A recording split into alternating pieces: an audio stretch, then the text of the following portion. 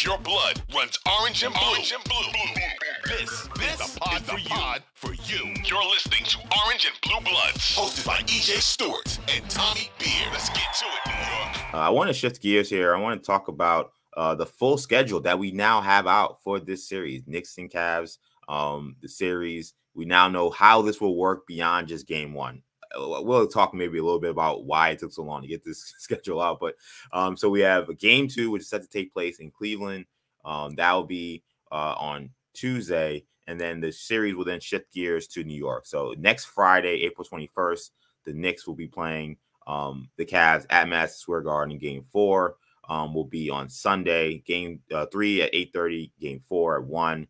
Then for the rest of the series, the times are TBD because I think the NBA wants to kind of maximize the time slots once we get beyond the first 4 games. So we don't know the times of these games, but we do know that Game 5 will be in Cleveland on April 26th.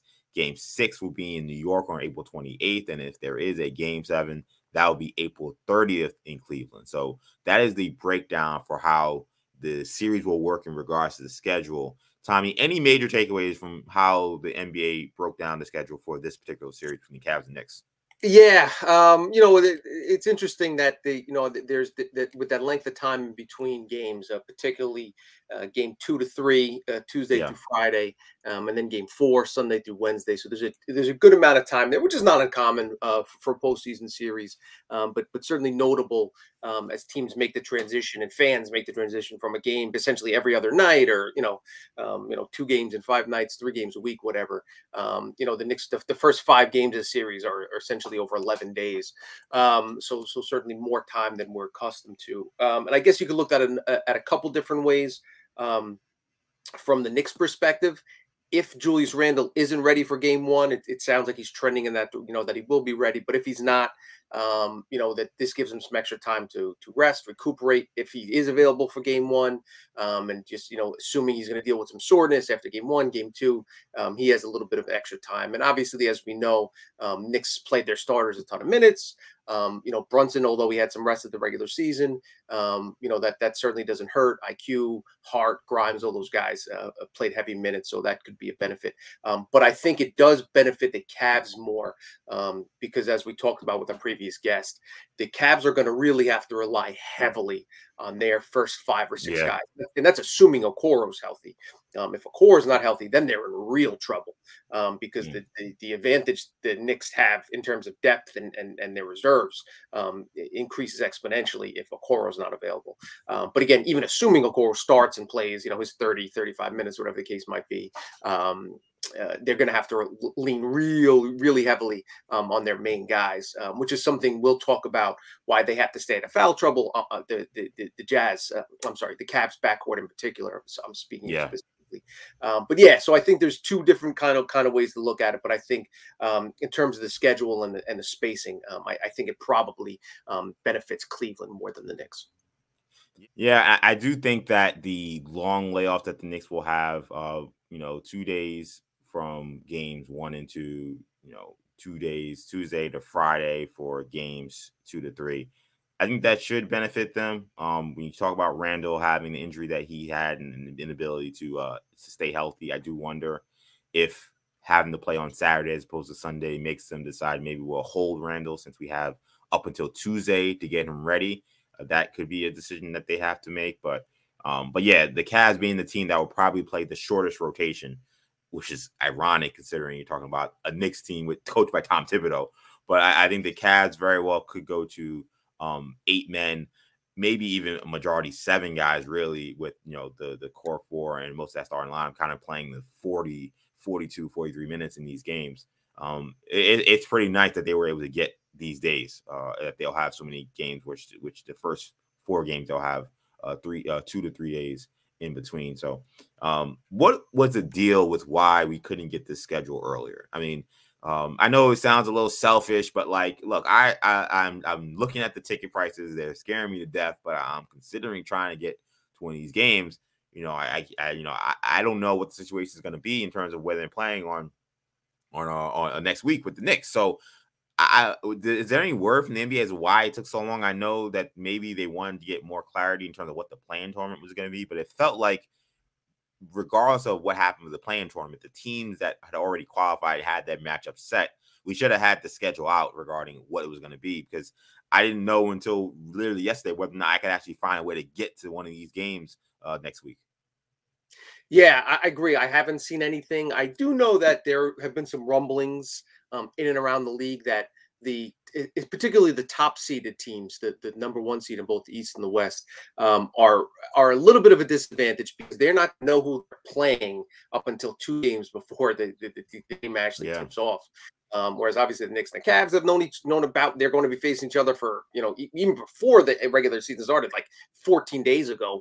And then the second seed Celtics knew that they were going to play the 7-8 winner was decided on Monday or Tuesday. So they had a good 5 days to prepare.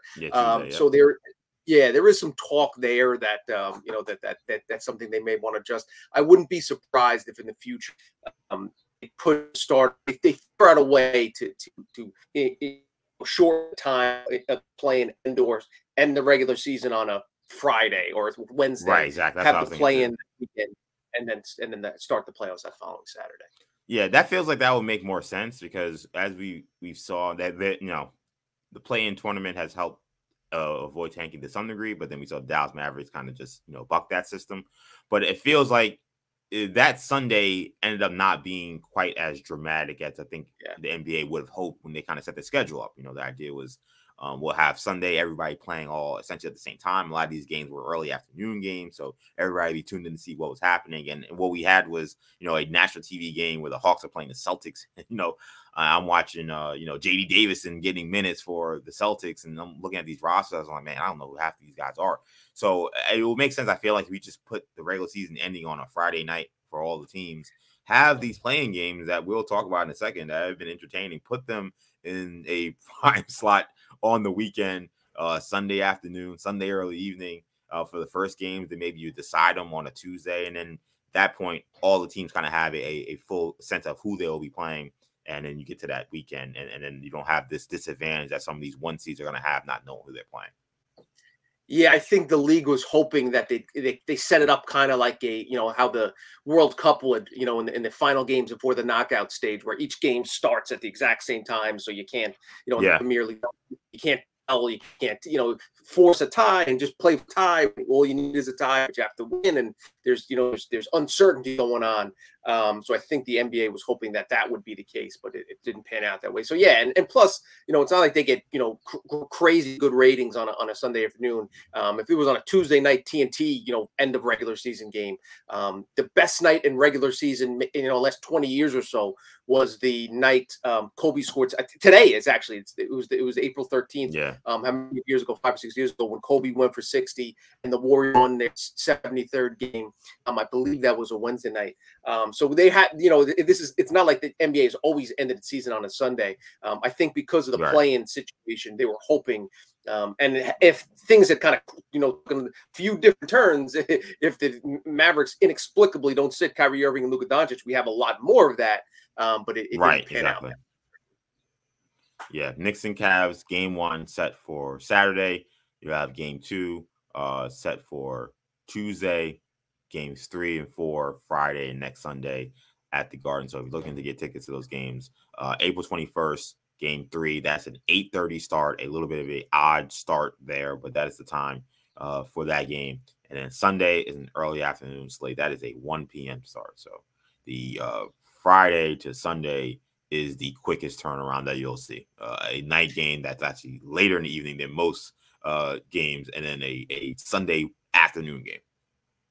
The Knicks get one of the first 2 in Cleveland. That Friday night Garden crowd will be so loud. I mean, it will be as loud as you heard any sports arena in a long time. If the Knicks can get a little life, a little buzz in that building by stealing the first 2 in Cleveland. Thanks for watching. If you enjoyed this video, please don't forget to give it a thumbs up and subscribe to our channel for more content like this. If you want to see more of our videos, be sure to check out our playlist and let us know what you think in the comments below. Also, don't forget to follow us on social media to stay up to date on our latest podcast ventures. Links will be in the descriptions. And as always, thanks for watching, and we will see you in our next video.